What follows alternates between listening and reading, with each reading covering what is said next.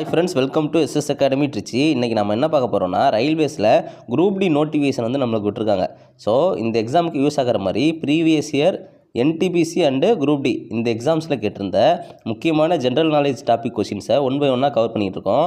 Already வந்து 2 part complete பண்ணிட்டோம். இது வந்து 3வது பார்ட்டு. ஸோ இந்த வீடியோஸை நீங்கள் பார்க்கலன்னா நம்ம யூடியூப் சேனலில் RRB NTPC and group D அப்படின்னு ஒரு பிளேலிஸ்ட் வந்து கிரியேட் பண்ணியிருக்கேன். இந்த பிளேலிஸ்ட்டில் வந்து வரிசையாக வீடியோ வந்து அப்லோட் ஆகும். ஸோ நீங்கள் வந்து கன்டினியூஸாக வாட்ச் பண்ணிக்கோங்க. இப்போது இன்றைக்கான வீடியோக்குள்ளே போகலாம். ஃபஸ்ட்டு கொஸ்டின் பாருங்கள். தமஸ் என்ற புகழ்பெற்ற இந்திய நாவலை எழுதியவர் யார்? ஸோ தமஸ் அப்படிங்கிற புக்கை வந்து எழுதினவர் யார் அப்படின்னு கேட்டிருக்காங்க. இதுக்கு ஆன்சர் பார்த்தீங்கன்னா option A, Bhisham Sahni. Bhisham Sahni. So இந்த கொஸ்டின் வந்து புக்ஸ் அண்ட் ஆத்தர் அப்படிங்கிற டாப்பிக்லேருந்து வந்திருக்கு. ஸோ புக்ஸ் அண்ட் ஆத்தருக்கு நான் செப்பரேட்டாக ஒரு வீடியோ வந்து போடுறேன், அதை பார்த்துக்கோங்க. அது வந்து ரொம்ப யூஸ்ஃபுல்லாக இருக்கும். அடுத்தது பாருங்கள், 2வது கேள்வி. காந்தி சாகர் அணை எந்த மாநிலத்தில் கட்டப்பட்டுள்ளது? ஸோ இது எது கீழே வருதுன்னா, டேம்ஸ் அண்ட் ரிவர் அப்படிங்கிற டாபிக் கீழே வருது. ஸோ காந்தி சாகர் அணை வந்து எந்த மாநிலத்தில் இருக்குன்னு பார்த்தீங்கன்னா ஆப்ஷன் சி, மத்திய பிரதேசத்தில் தான் இருக்குது. அடுத்தது பாருங்கள், 3வது கேள்வி. உலோகங்களை மெல்லிய கம்பிகளாக இழுக்கும் திறன் டேஸ் என்று அழைக்கப்படுகிறது. ஸோ ஒரு உலோகத்தை வந்து மெல்லிய கம்பியாக நீட்டுறது வந்து என்னன்னு சொல்லுவாங்கன்னா ஆப்ஷன் சி, மீலியபிலிட்டின்னு சொல்லுவாங்க. இழுவிசை, இழுத்தன்மைன்னு சொல்லுவாங்க. ஸோ இதுதான் இங்கிலீஷில் மீலியபிலிட்டின்னு அர்த்தம். அடுத்தது பாருங்கள், 4வது கேள்வி. ஐநா கவுன்சிலில் எத்தனை நிரந்தரமற்ற உறுப்பினர்கள் இருக்கிறார்கள்? ஸோ யூஎன் கவுன்சிலில் வந்து எத்தனை நிரந்தரமற்ற உறுப்பினர்கள் இருக்கிறாங்கன்னு பார்த்தீங்கன்னா ஆப்ஷன் பி, 10 நிரந்தரமற்ற உறுப்பினர்கள் இருக்கிறாங்க. அடுத்தது பாருங்கள், 5வது கேள்வி. ஆர்டிஐ சட்டமானது எப்போது நடைமுறைக்கு வந்தது? ஸோ ஆர்டிஐ ஆக்ட் ரொம்ப ரொம்ப இம்பார்ட்டண்ட்டு. இதுக்கு ஆன்சர் பார்த்தீங்கன்னா ஆப்ஷன் ஏ, அக்டோபர் 2005. இப்போ தான் வந்து ஆர்டிஐ, ரைட் டு இன்ஃபர்மேஷன் அப்படிங்கிற ஆக்ட் வந்து அமலுக்கு வந்திருக்கும். அடுத்தது பாருங்கள், 6வது கேள்வி. சைமன் கமிஷன் இந்தியாவிற்கு எப்போது வந்தது? ஸோ இந்தியாவுக்கு எப்போ வந்தது அப்படின்னு கேட்டிருக்காங்கன்னா அதுக்கு ஆன்சரு ஆப்ஷன் சி, 1928. ஆனால் அது எப்போ ஸ்டார்ட் பண்ணாங்கன்னு பார்த்தீங்கன்னா 1927 வந்து ஸ்டார்ட் பண்ணியிருப்பாங்க. ஆனால் அது எப்போ இந்தியாவுக்கு வந்திருக்கும்? 1928 வந்திருக்கும். அடுத்தது பாருங்கள், 7வது கேள்வி. அக்பர் எப்போது பேரரசர் ஆனார்?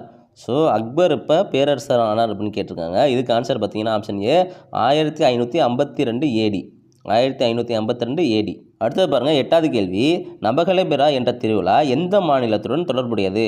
ஸோ இது எதுலேருந்து வருது? ஃபெஸ்டிவல்ஸ்லேருந்து இந்த கேள்வி வருது. ஸோ இதுக்கு ஆன்சர் பார்த்தீங்கன்னா ஆப்ஷன் சி, ஒடிசா. ஒடிசாவில் தான் இந்த திருவிழா வந்து கொண்டாடுவாங்க. அடுத்தது பாருங்கள், 9வது கேள்வி. இந்தியாவின் முதல் தேசிய கொடியானது 1906 டேஸில் ஏற்றப்பட்டதாக சொல்லப்படுகிறது. ஸோ இதுக்கு ஆன்சர் பார்த்தீங்கன்னா ஆப்ஷன் சி, கொல்கத்தா. கொல்கத்தாவில் தான் வந்து ஃபஸ்ட்டு தேசிய கொடியை 1906 வந்து ஏற்றியிருப்பாங்க. அடுத்தது பாருங்கள், 10வது கேள்வி. மனித உடலில் எந்த உறுப்பு பித்த நீரை உற்பத்தி செய்கிறது? ஸோ பித்த நீரை வந்து உற்பத்தி செய்கிற உறுப்பு எதுன்னு பார்த்தீங்கன்னா ஆப்ஷன் டி, கல்லீரல். கல்லீரல் தான் வந்து மனித உடலில் பித்த நீரை வந்து உற்பத்தி செய்யும். அடுத்தது பாருங்கள், 11வது கேள்வி. மனித உடலில் இருக்கும் பிஹெச்சின் வரம்பு. ஸோ பிஹெச் வேல்யூ வந்து ரொம்ப இம்பார்ட்டண்ட்டு. இதுக்கு தனியாக ஒரு வீடியோ போடுறேன், அதை வந்து ஃபாலோ பண்ணிக்கோங்க. முக்கியமான பிஹெச் வேல்யூ எல்லாம் அதில் வந்து கவர் பண்ணுறேன். ஸோ இந்த கொஷின், மனித உடலில் இருக்கும் பிஹெச் வேல்யூ எவ்வளோ அப்படின்னு பார்த்தீங்கன்னா 7.35 to 7.45. அடுத்தது பாருங்கள், 12வது கேள்வி. சுகன்ய சம்ரிதி யோஜனாவை அறிமுகப்படுத்தியவர் யார்? ஸோ எஸ்எஸ்ஒயின்னு சொல்லுவோம். இதை வந்து அறிமுகப்படுத்தியவர் யாருன்னு பார்த்தீங்கன்னா ஆப்ஷன் டி, நரேந்திர மோடி அவர்கள். ஸ்கீம்ஸு, சென்ட்ரல் கவர்மெண்ட் ஸ்கீம்ஸ் வந்து ரொம்ப ரொம்ப இம்பார்ட்டண்ட். இதுலேருந்து கொஷின்ஸ் வந்து ரிப்பீட்டடாக கேட்பாங்க. ஸோ இதை வந்து நல்லா பார்த்து வச்சுக்கணும். அடுத்தது பாருங்கள், 13வது கேள்வி. இந்துஸ்தான் குடியரசுக் கழகமானது எப்போது உருவாக்கப்பட்டது? இந்துஸ்தான் குடியரசுக் கழகமானது எப்போது உருவாக்கப்பட்டது? ஸோ இதுக்கு ஆன்சர் பார்த்தீங்கன்னா ஆப்ஷன் டி, 1924 தான் உருவாக்கியிருப்பாங்க. அடுத்தது பாருங்கள், 14வது கேள்வி. இன்சாட் 1B ஆனது எப்போது இயக்கப்பட்டது? இது எது கீழே வருதுன்னா சயின்ஸ் அண்ட் டெக் அப்படிங்கிற டாபிக் கீழே வருது. இதுவும் வந்து ரொம்ப இம்பார்ட்டண்ட்டு. இப்போ பாருங்கள், இன்சாட் 1B இது வந்து எப்போ இயக்கியிருப்பாங்கன்னா ஆப்ஷன் ஏ, 1983 வந்து இயக்கியிருப்பாங்க. அடுத்தது பாருங்கள், 15வது கேள்வி. சர்தார் சரோவர் அணை எந்த நதியில் கட்டப்பட்டுள்ளது? அதாவது இது எது கீழே வருது? டேம்ஸ் அண்ட் ரிவர்ஸ் இது கீழே தான் வருது. சர்தார் சரோவர் அணை வந்து எந்த நதியில் கட்டப்பட்டிருக்கோன்னா ஆப்ஷன் சி, நர்மதா. நர்மதாவில் தான் வந்து இந்த சர்தார் சரோவர் அணை வந்து கட்டப்பட்டிருக்கும். ஸோ இதோட வந்து இந்த வீடியோ வந்து கம்ப்ளீட் ஆகுது. தொடர்ந்து நம்ம வீடியோ வந்து வாட்ச் பண்ணுங்கள். இந்த வீடியோக்கான PDF வேணும்னா கீழே தெரிகிற நம்பருக்கு வந்து வாட்ஸ்அப் பண்ணுங்கள், நான் வந்து சென்ட் பண்ணி விட்றேன். ஓகே ஃப்ரெண்ட்ஸ், கன்டினியூஸாக படிங்க. All the best. தேங்க்யூ.